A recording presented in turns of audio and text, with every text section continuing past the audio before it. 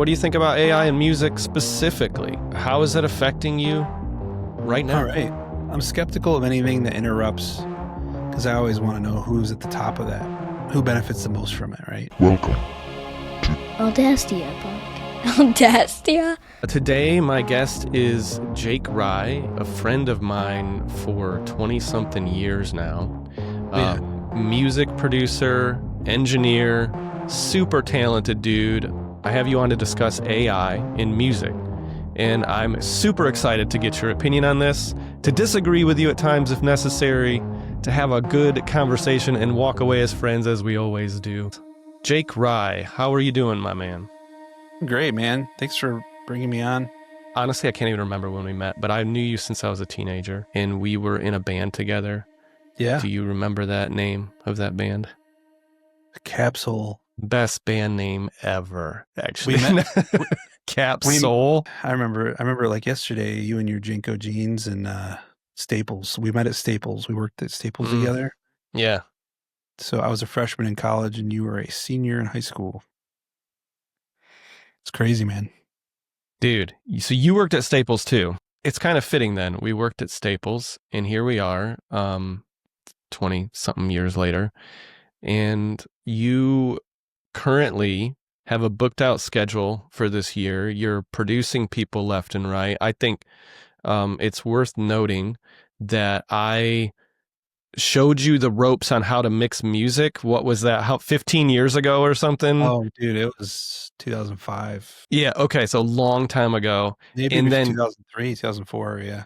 I remember sitting with you because my background's in music as well. But you surpassed me within, I know it probably took you 10 years, but you surpassed me in your engineering abilities, your mixing abilities, and got to a point where I was like, my goodness, what did this guy pick up that I didn't know? And so it's really impressive, man. I love your work. I love the textures you've been bringing out, and I'm a fan, man. Yeah. Thanks, dude. Absolutely. Means a lot. So let's get right to it. What do you think about AI and music specifically? How is it affecting you right now? All right.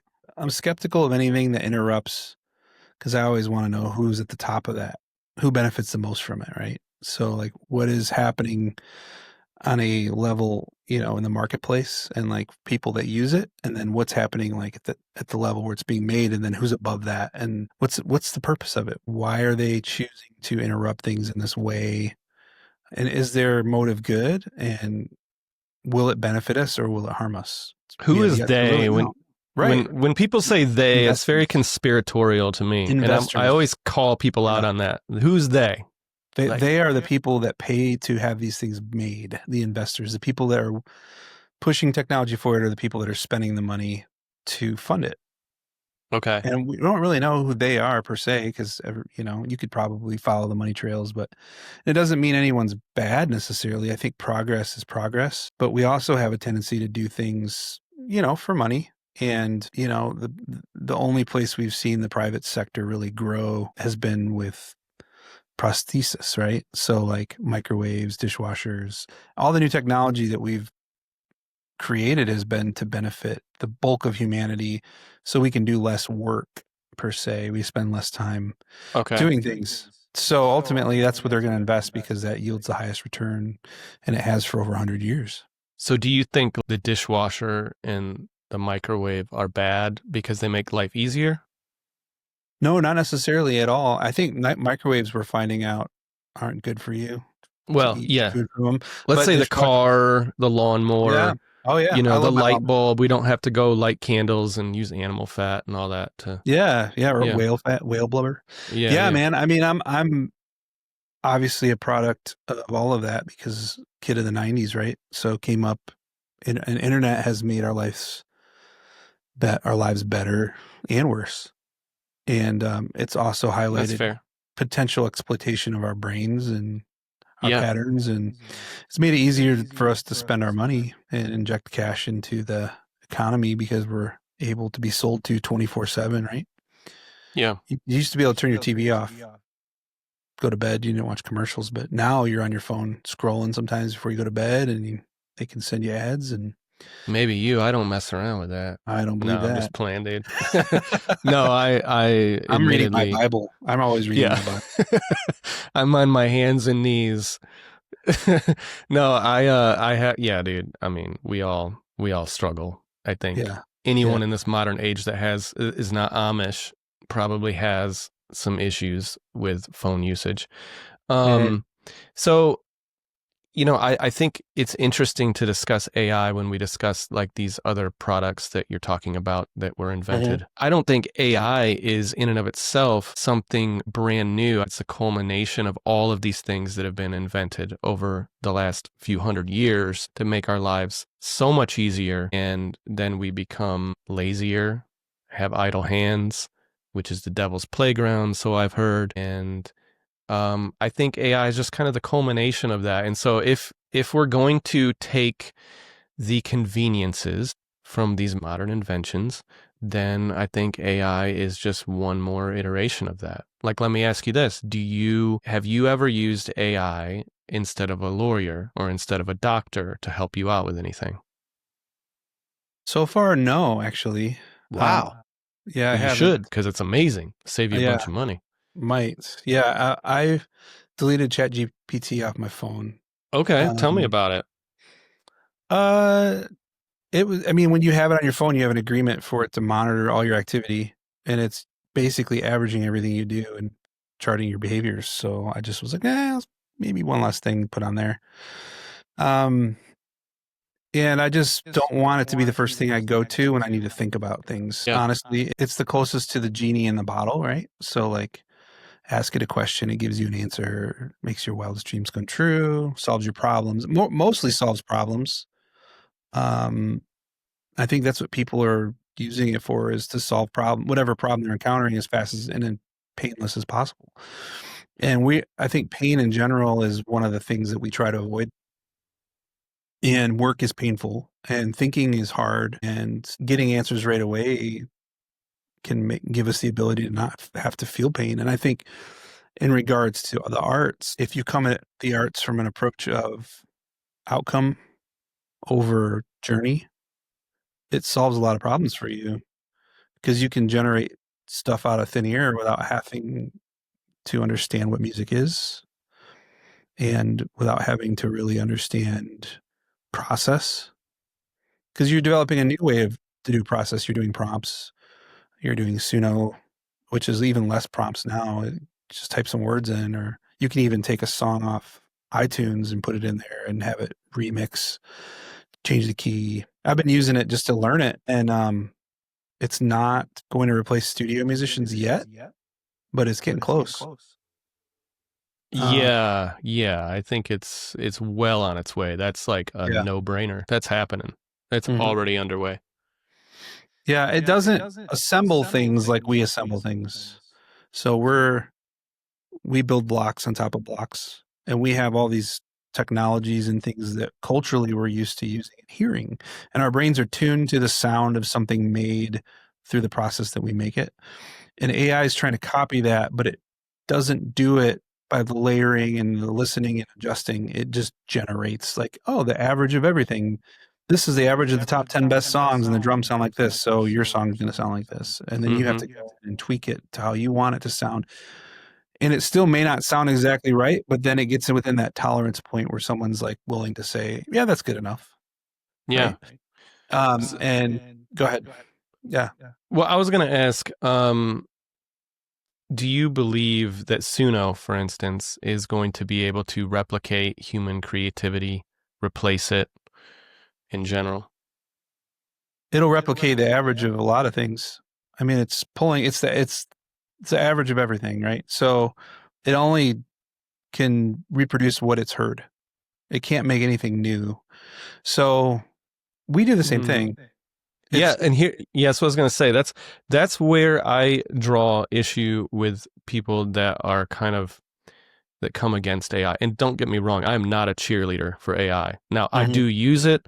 I've embraced it. It doesn't bother me, but it did at first, gave me an existential crisis. But the issue that comes up for me is that we all borrow from each other. We have all averaged out literally all creativity since the beginning of creation. And we're all borrowing from God ultimately, the originals, and then we're borrowing from them. And then we're all averaging it out in our very limited brains. AI, on the other hand, I do believe I hear it regularly coming up with stuff that I've never heard before, ever. Not even close. Yeah. Yeah, And I think so if you know it's the nature of the taking software, everything. Yeah, it's taking everything, and it's able to genuinely, I'm not going to say the word be creative, but if we summarize creativity as taking a bunch of stimuli that we're familiar with and rearranging them in a way that is brand new, well, then I guess I have to say it's creativity. It is in a way. it doesn't have consciousness. Well, yeah. So it's still a slave. So to me, if based like I'm not a genius with AI. I've listened to podcasts by some of the people that are part of the inventors of the current systems we have, and I've heard them talk about it. And what I've learned from just that, and then some of the things I've read, is that it's the nature of it is still it's learning and then recreating what it learns, just like we do. The difference between it and us is that our processes of recreation are based on how our feelings are, and then that's based on what neurons and hormones, right? So we're creating hormones, our body, it affects our emotions. Everything's about the system that's in our brain and our body that's very analog and electrical.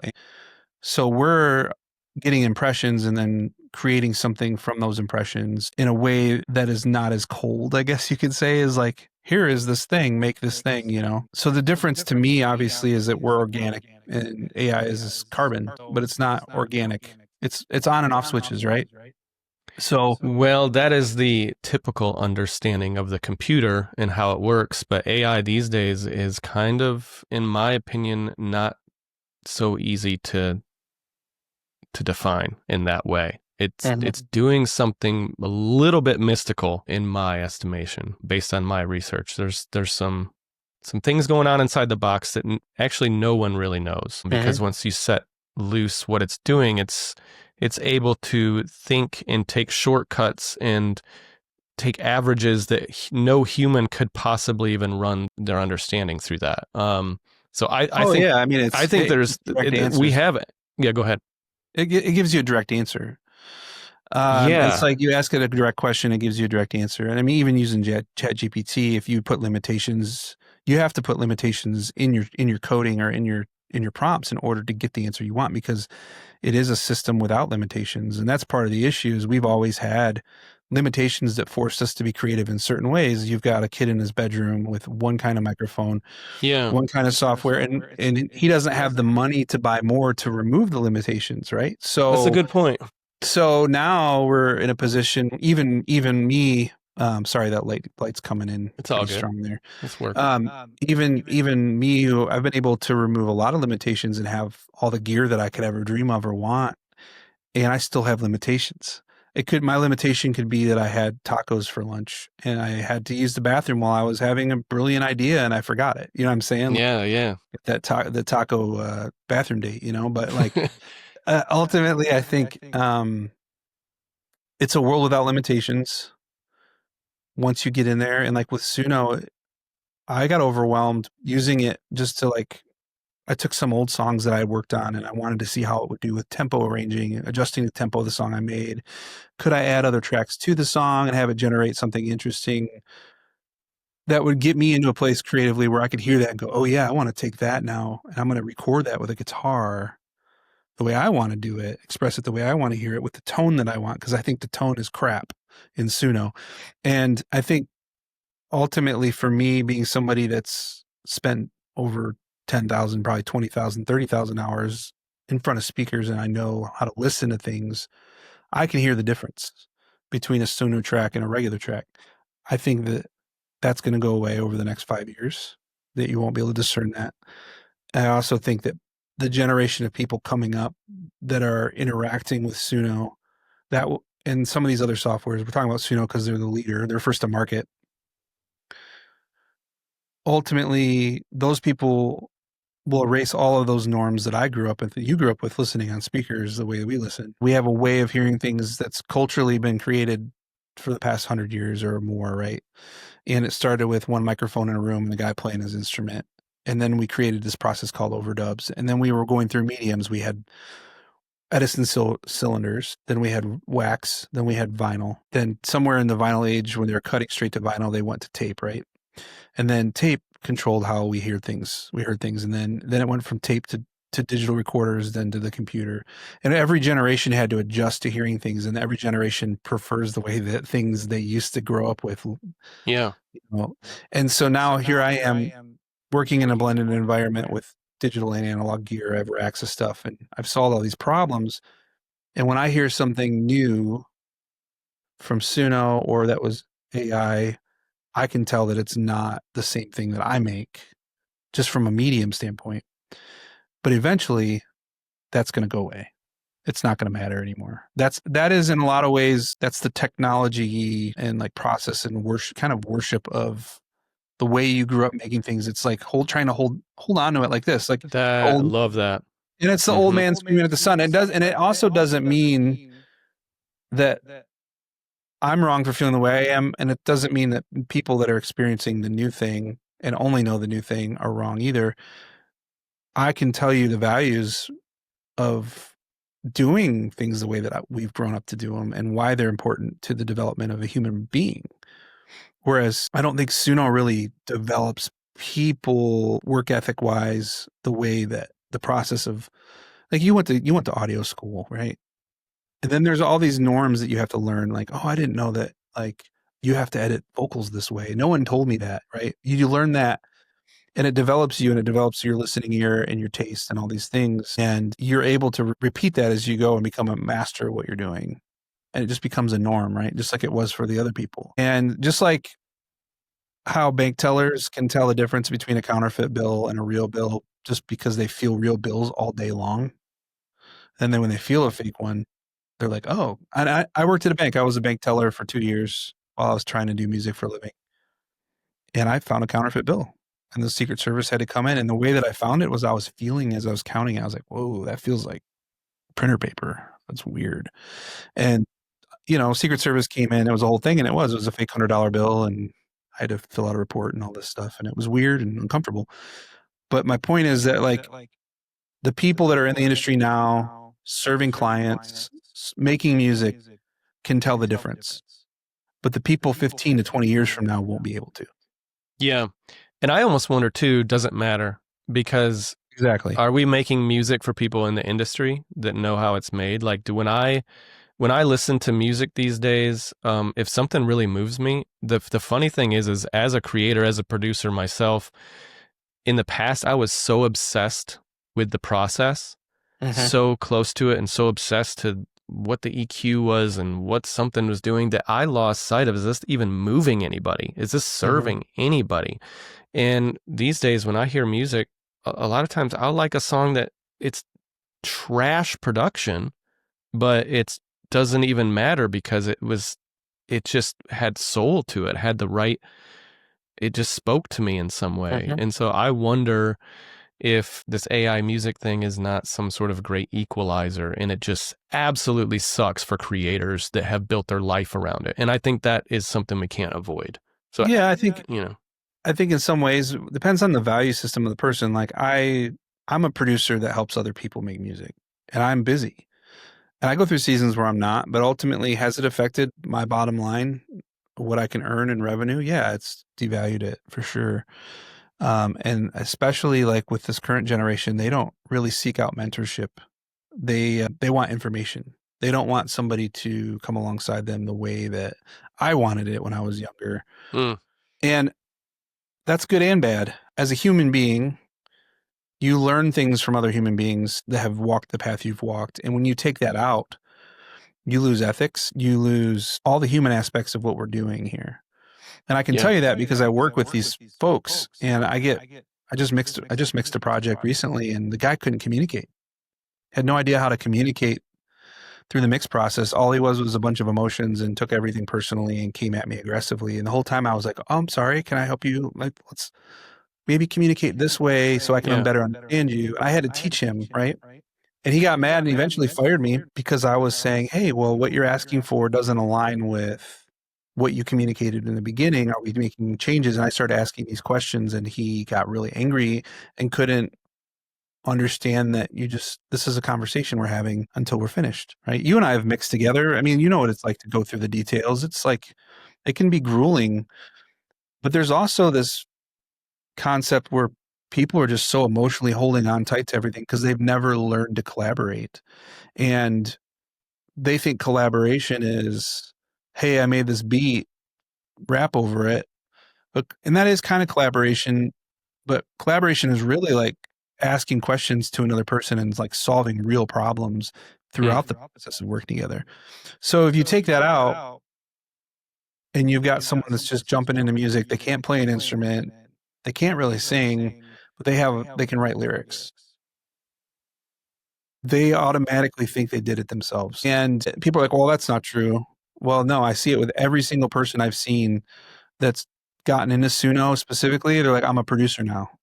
And they say it publicly. And it's not that they have to earn it or anything. It's just that they just don't even understand what it means to be a producer. They don't understand that being a producer is actually taking on all of the risk and all of the outcome and maintaining the process and making sure that everything happens as it needs to deliver the outcome that everyone wants. That is, in the traditional sense, what a producer has done. Yes, I do. And it still kind of is that, even if you're working for yourself, because you're doing that for yourself. Yeah. Right? This is something I was thinking about recently, because I've been using AI to do a lot of different things in the background behind what I'm doing, and including music. Which I've been extensively using Suno, getting really deep into it.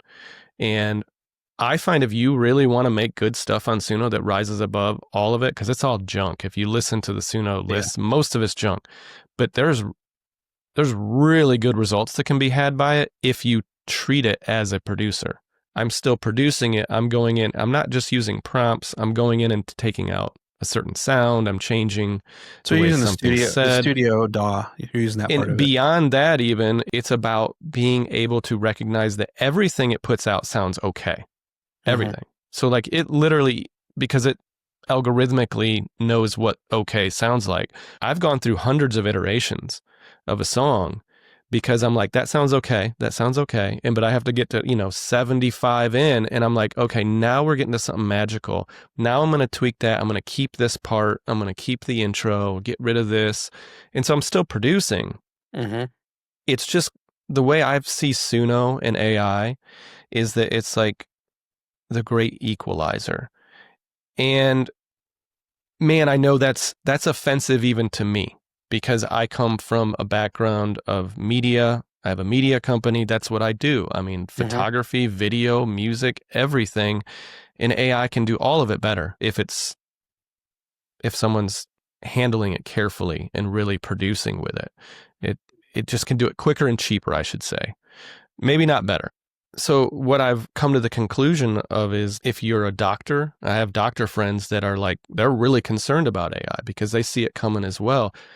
I use AI to read my son's x-rays. I've had it read my dad's x-rays, my uncle's x-rays. I have them send me stuff, and I'm like, hey, let me run it through because I want to get a second opinion. And it's been really helpful for a bunch of medical stuff. I've used it instead of attorneys. And if I were an attorney, or if you were an attorney, it'd be kind of offensive in a sense for us to be talking like this.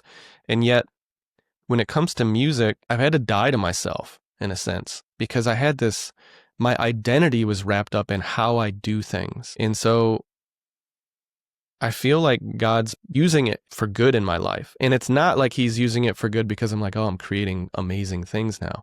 But no, because it's killing a part of me that I idolized, that I worshiped. And that part of me worshiped the way I did things, and it worshiped the way things were done, and it also worshiped the media itself.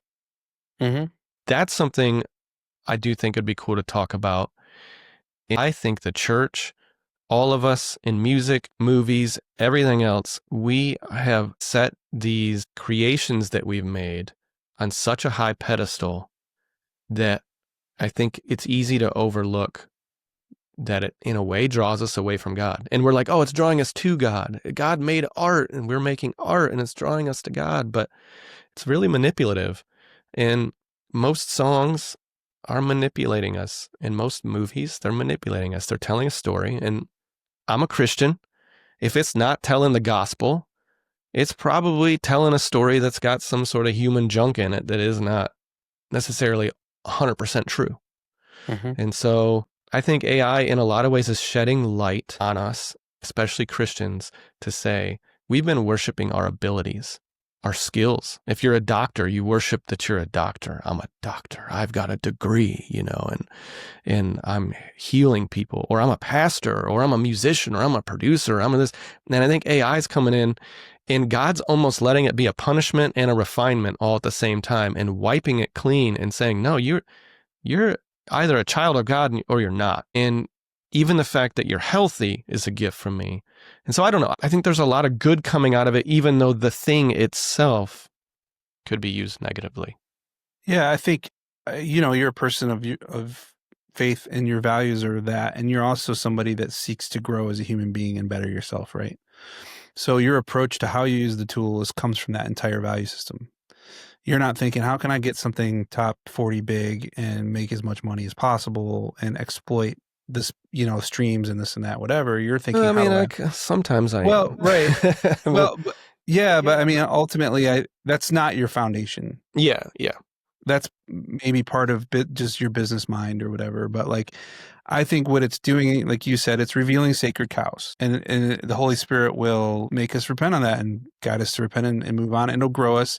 It does introduce friction into the process of understanding things. And yeah, I mean, I've put in tons of hours, and you have too, like learning the way to do things with our hands, and with, sitting behind a computer, playing instruments. I play 5 instruments. I had to learn how to do those so I could make music in the studio and like help people achieve what they're trying to achieve. But I don't necessarily think that what it's doing is making people learn to work harder. Agreed. Because it's a prosthetic. If you don't have a broken arm and you put on this thing that helps you lift stuff, your muscles are over time are just going to atrophy. You don't need it, but it's nice to use because it doesn't hurt to lift something now. And over time, your body becomes weaker. Do you remember the movie Wall-E? Yeah. I love that. Do you remember the people on the carts and like their bone density went down and they got super heavy because they weren't walking and they weren't training their body to absorb weight? That's what AI is doing to people's brains. Yeah. And I've seen studies showing that kind of thing. yeah. And that's part of why I have a healthy boundary around it. And I'm also working with the idea of how I want my son to be presented with it. The school he goes to they're going to do it in an ethical manner. I'm being very careful to not present it too soon and build it into his lifestyle too soon, because he's got to go to school. He's got to write papers. He's got to do these things. And that thing can do it all for you, right? You can even train it to write in your style, which I've done just to see if I could do it. Yeah. And so from a spiritual side of things, my question is, well, first, let me say, when I see how you're using it, how you're describing it, you're curating music with it, and you work super hard. I know you well enough to know that you will push things as far as you can push them before you will get to a point where you have to decide that it's finished. And you're going to take that standard and you're going to apply that to anything you do, because that's who you are. AI isn't telling you have to be that way. You're the one telling AI, this is who I am, this is how I do things, and you're going to do the things I need you to do in order for me to get the outcome that I need. Most people aren't like you. Most people are satisfied with the bare minimum once they get to that point of what I call satisfaction, which is 60% of what they had in their head. And then they're like, cool, I'm going to do this over and over again. This is easy. There's a guy right now who's promoting himself as an AI artist, and he's a complete chotch. It's like completely fake, unbelievable. And people are just mocking him on TikTok. And he's just leaning into it because it's attention, right? Yeah. That's unethical. That's self-gratification. That's reaching outside of somebody's capacity to actually earn that gratification. and that's being used, and he won't long term stick with it. He'll Yeah. abandon it eventually. He'll find Okay. something else. So that's one way to use it. Then there's the way you're using it. And then there are other ways people are going to use it. Like I would use it, and I'm not doing this yet, but I am aware of someone else that just did that. There's a huge artist, big country artist. Next single is going to be all done on Suno. I'm not going to tell you who it is because they haven't even released that info yet. And I just know because I'm part of the circle. And it's somebody who's had multiple number ones, and the song was just finalized and everything. And what they did was they used it to generate ideas, and then went in and kept some of the parts and then recut other parts with real players. And to me, that's how I would use it. Yeah. I'm stuck. I need an idea. So my value system says I still want to use this human process, but I need help here, here, and here. And I think as a Christian person, we have to, first and foremost, have music be in our lives in the right place, the right hierarchy, God, family, da da da. And if we're there, we can use it in a way that's helpful and honoring. And if music is an idol, I mean, it will reveal that. It's a golden key, you know what I mean? And that also, you know, we look at exploitation. God said, "Go be fruitful, multiply," and that multiplication, as we know, I heard on your podcast, it applies to other things too, not just having families, but making culture, making music, medicine, food, all these things. And we always like to put a little flair. We want to enjoy it a little bit more. We want to get a little bit more dopamine out of it. I want a little glory. That's what gets me. I want a little too. credit. I want a little godlike credit to lift But back me in the day, let's say it's 1880, and Grandma just made the best pie ever. And she worked really hard because she knew you were going to like it. It had nothing to do with what she could get out of it. She was excited to see you eat that. And I think music, when I make songs, I hope that that's what I'm giving people.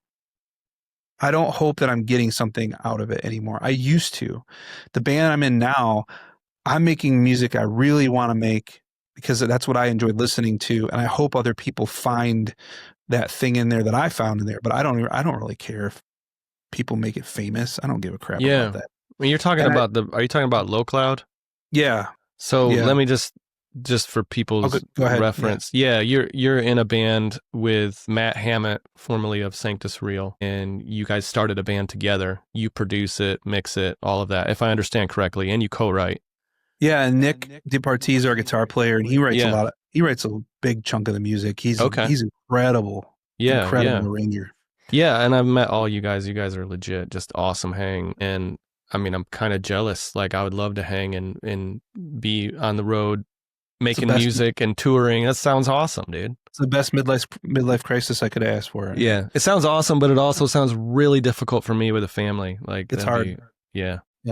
It's got to have its space. Like we all treat it in a way where we know what it is.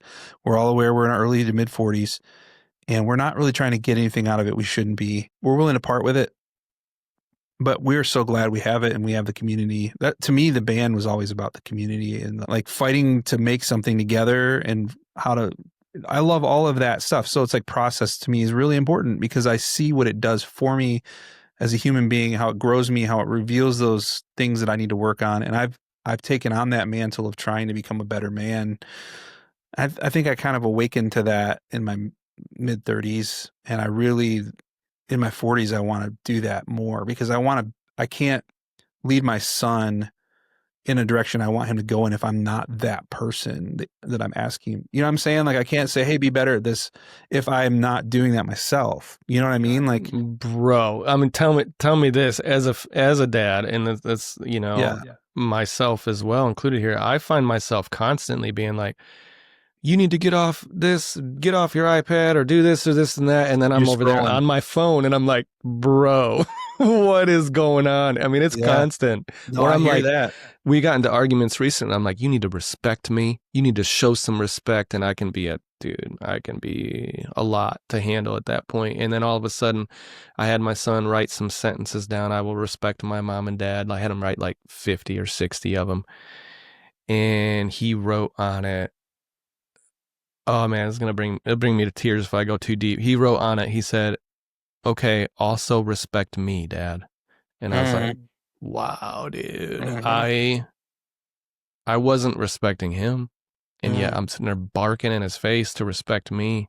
And it's tough because as a father, you do have to raise a kid that you're raising him ideally better than you.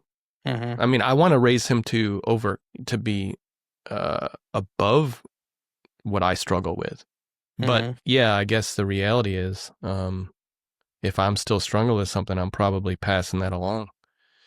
Yeah, I mean it's truthful. Like I can be short to anger, especially when I'm sick. I can be a bear to live with. And man, I was sick for a month just recently, and that's kind of what delayed us from having this conversation here. And I wasn't nice. I had to apologize a lot. I had to repent because I was just angry. I was just like, "Rah, I'm just mad. I don't even know why. I feel like Yeah. crap, you know." Yeah. And I think you know, we're talking about AI too. I think how that fits into all of this is that's the struggle, right? Like it's like what's too much, what's too little. And I think a good person, a person that's really trying to do things well in this world and to be a good human and treat people well, whether they're Christian or not, will ask those questions of like, how can I do this in a way that honors my brothers or sisters? You know what I mean? Like, and I think our nature is to take, to get, to gain, because it's survival instinct. And if we're not trusting God to provide for us, we're immediately going to go into that other competitive place of like, I have to go do this now. I got to be the first one to do this ever. Otherwise I won't make money. I gotta, you know, I was joking around with Logan and this is totally messed up. Logan's one of my buddies. He's in Low Cloud. He plays drums. And I was like, wouldn't it be funny to like make music with Suno in another language and then put it into their market on Spotify and make money off the streams? You know what I'm saying? Like I'm going to do a Chinese rock band and have it be all Suno and put it into China's Spotify. I could do, and no, don't do it. It's bad. Do not. If you're watching this, because you can do it. I figured out how you can do it and get away with it and make money.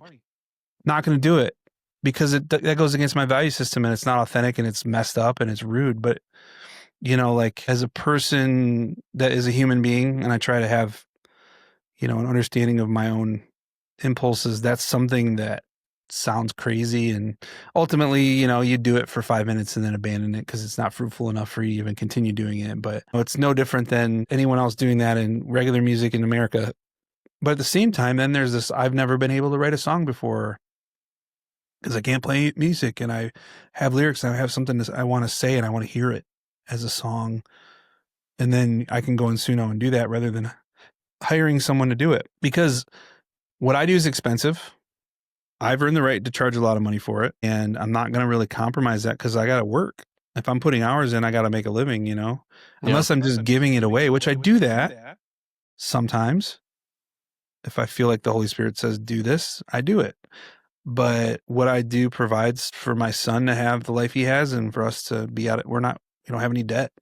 That's important to me. The one thing I did want to say, I think about the church and worship music, and I've heard other people say, you know, that it shouldn't be in the church, shouldn't be used to write worship songs. I agree with that. And here's why. I believe that worship is prayer. It's a conversation between God and a person. And I think to delegate the responsibilities to create within that space to a robot is not right. I believe that that command to be fruitful is tied as much to that relationship with Christ as it is to us making things. And if we do something in the middle to gain more success or better quality or these things without pulling community in around it, people that are aligned with Christ as well, just to get an outcome, I think that that's cheap. Yeah. I'm not, you know what I mean? I don't think that that's, I think it's selling yourself short of how you can connect to God. If you're making something that's for a congregation to sing, these are all contracts. See, you're standing in a place where you're making a contract with God and you're saying, I'm going to write this song. I'm going to align with the Holy Spirit. You're inviting other people to align with that contract. And when you go into church service, they're all agreeing with you. So you're all in a contract together, worshiping God. And then, oh, by the way, all the saxophone parts were played by a robot. Yeah. Just so you know what I mean? So I that's actually, my opinion. I like your opinion on that. And in fact, if I were going to a church and I had an option, whether the songs are written by humans or by robot, I would be obviously choosing humans. The issue there that comes to me is that I think a lot of the music that's even written for churches is questionable to me. I feel I like agree. it's, whenever you're writing lyrics, music, this is something that's really hit me recently. Music is very manipulative psychologically, emotionally. It's telling you a story. It's a lot like movies. And, several hundred years ago, you would, if you made a symphony or you made some music, it would be something it would be done live every time, and it would be different every time because of the nature of live performance.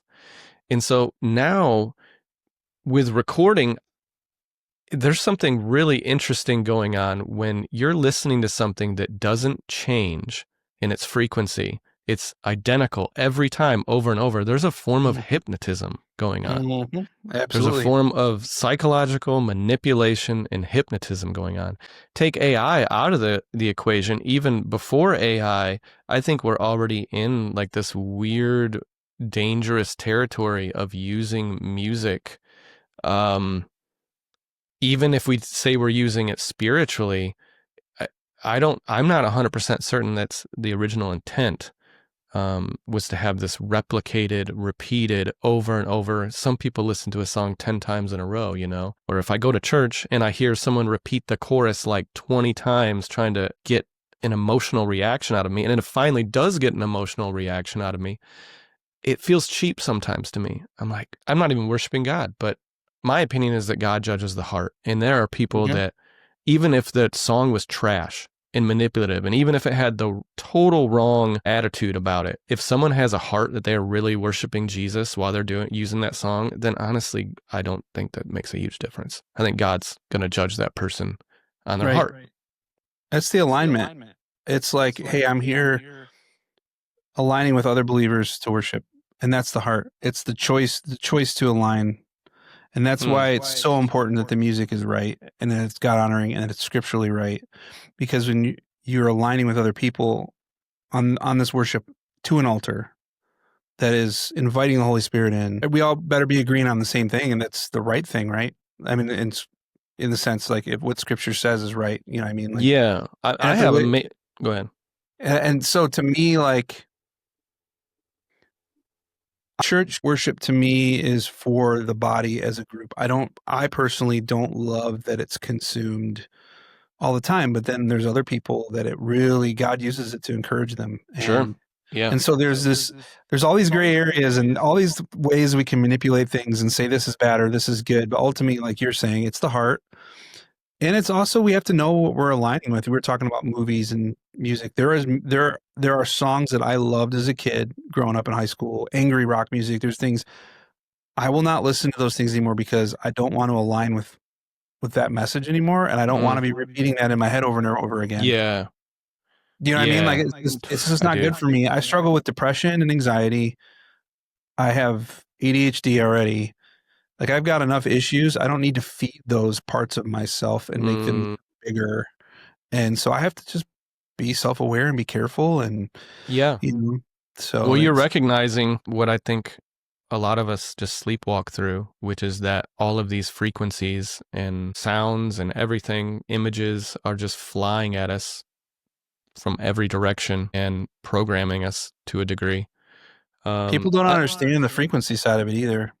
There's energy in sound and it affects our brain, and there's studies that have been done with low band energy and how the TV uses low band energy to keep people tuned in because it's the easiest for our body to absorb that and our brain function because it requires the least amount of effort. And they put low bass tracks in all the horror movies that scare you to keep you focused. There's always a low rumble, right? It keeps you there. It's the brown note. No, I'm just kidding. It's not the brown note. Sorry, bad joke.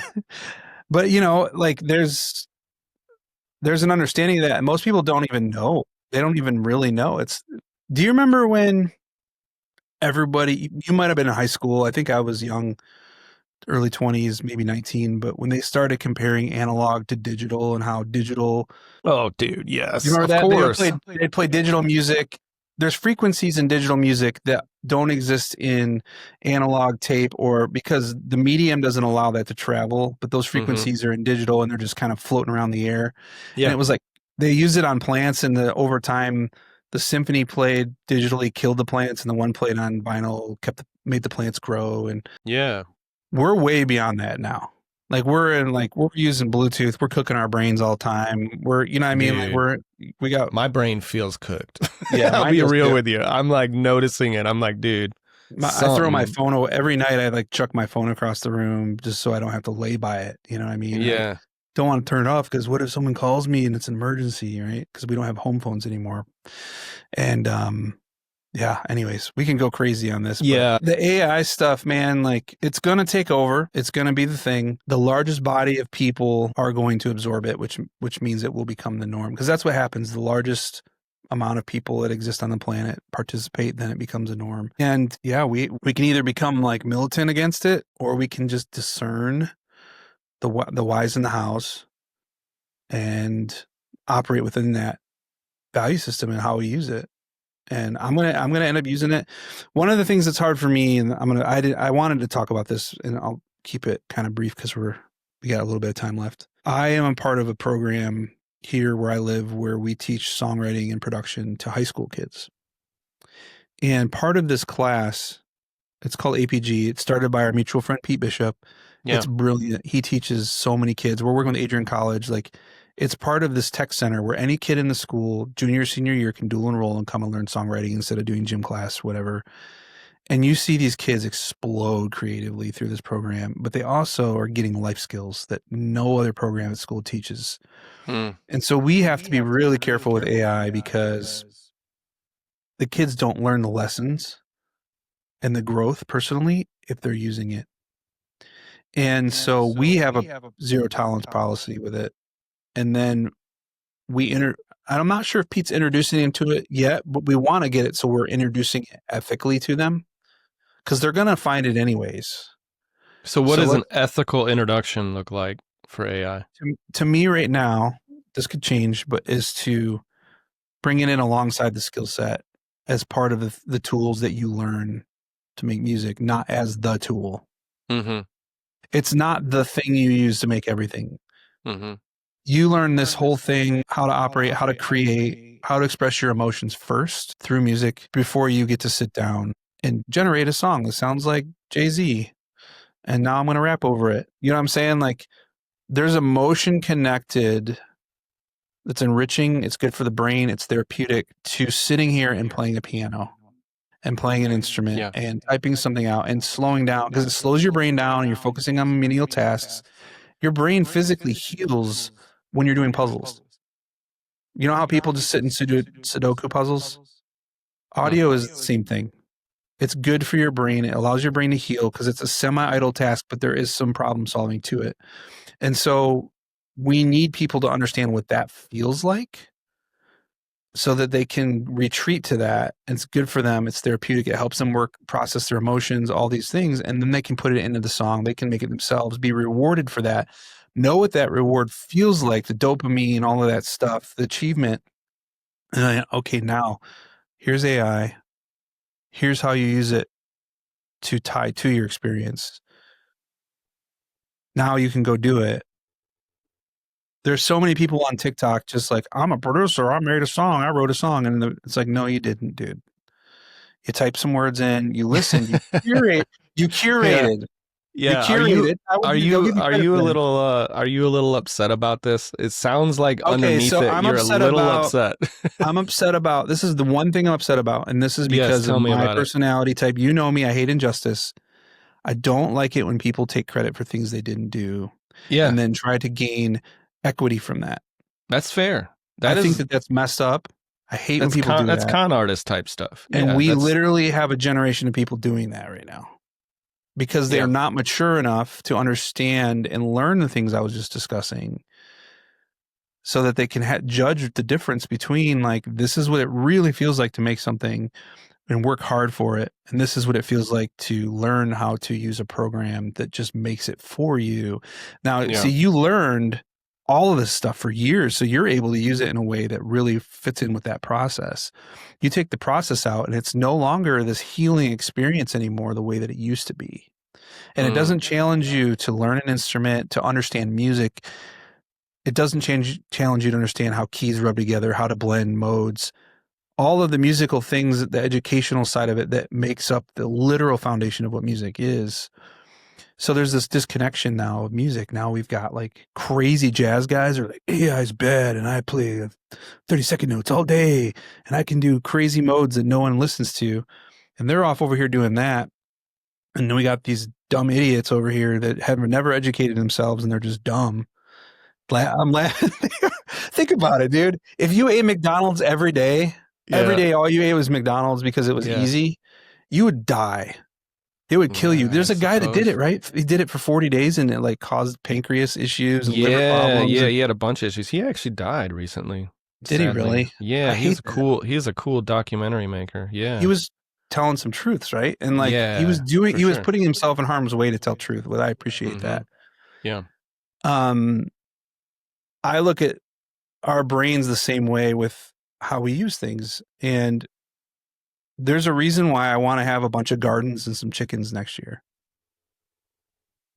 I need to get back to doing certain things with my hands that are good for me and good for my family. Yeah. Let's talk about that. Let's go on that direction for a second, because I think that's a good way to wrap up. You made a really good point earlier about pain and how I personally feel like in Genesis, the curse of man was to have to work and toil, right? And for a woman, it was like the pain of childbirth, and she was going to want to lead over her man and not want to be led and whatever. It's uncomfortable.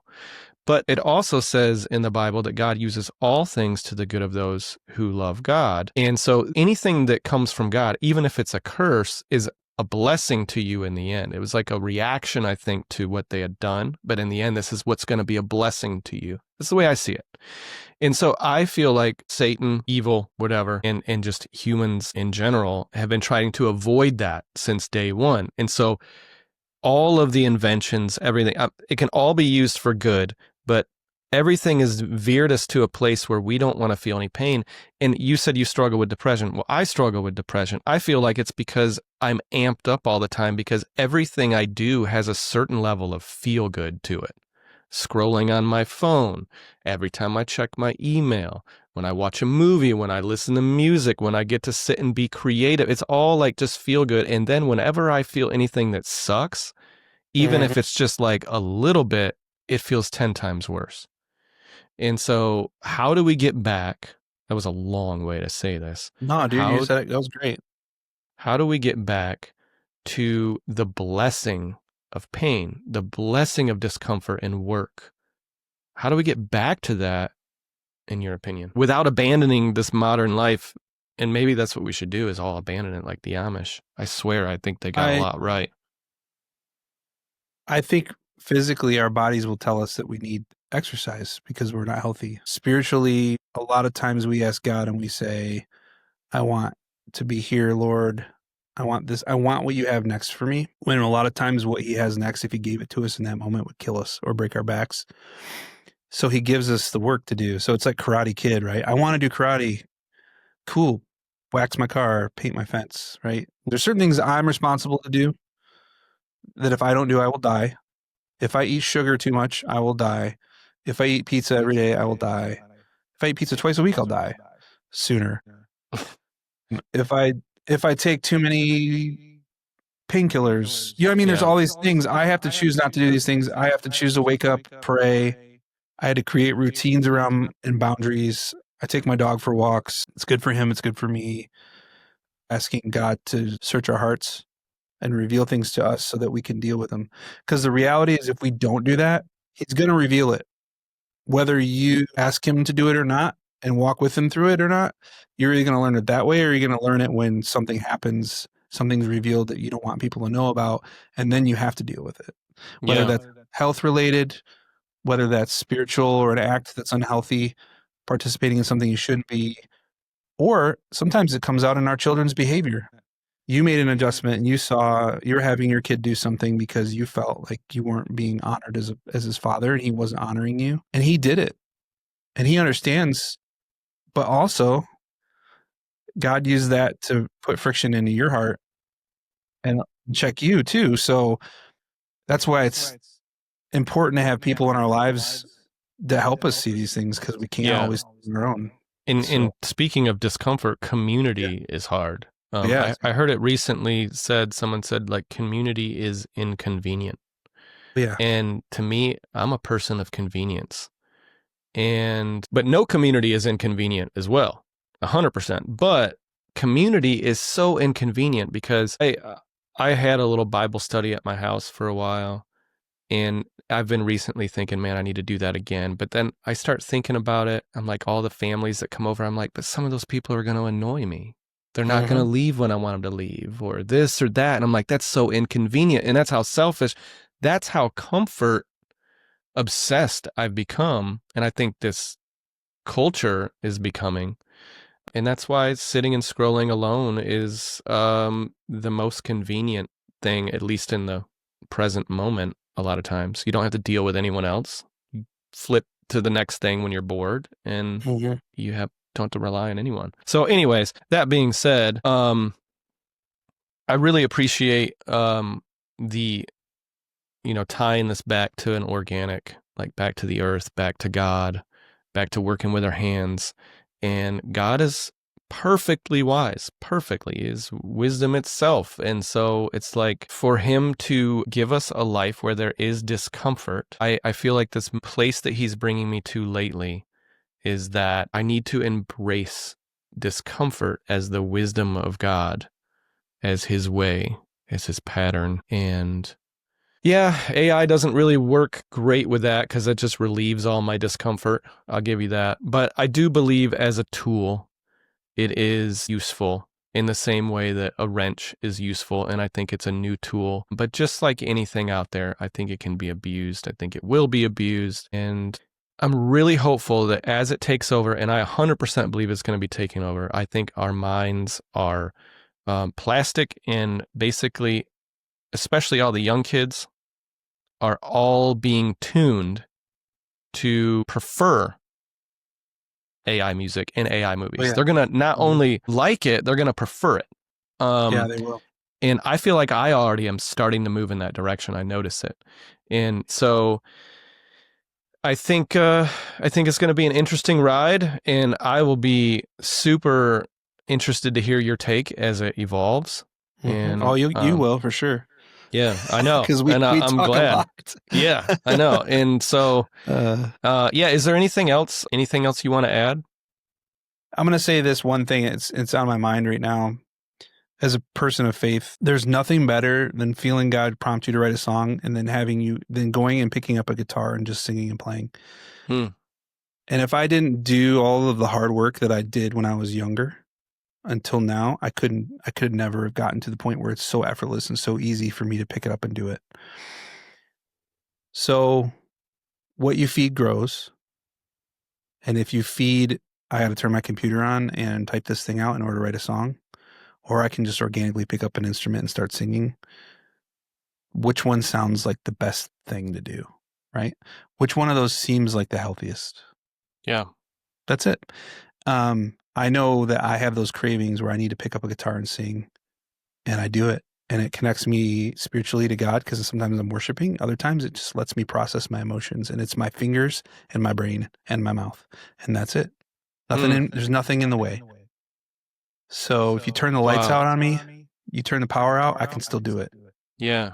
You know what I'm saying? So ask that question. Is what I'm about to do the best thing I can do? Like what is the better option here? You know what I mean? Like, so think about that. I mean, I think a lot of times we engage in things not just because we do, versus like, you know what? There might be maybe instead of the nail gun, I'm going to swing the hammer today. You know what I mean? Yeah, I think that's actually awesome. That's a beautiful, inspiring way to end this episode. And so thanks for coming on, man. I really appreciate this conversation with you, and I hope we get to do it again. And if we don't do it on here, we'll do it on the phone, I know, or in person. Campfire. So, yeah, something like that. Yeah, sounds good, man. Hey, great seeing you, man. Yeah, thanks for having me, bud. Yep, take care. Thanks for listening to the Audacia podcast. If you've enjoyed this conversation, make sure to like, subscribe, and share the show. It's the best way to stay up to date and support this journey. I appreciate you being here, and I'll see you next time. Welcome. Audastia, Punk. Audastia?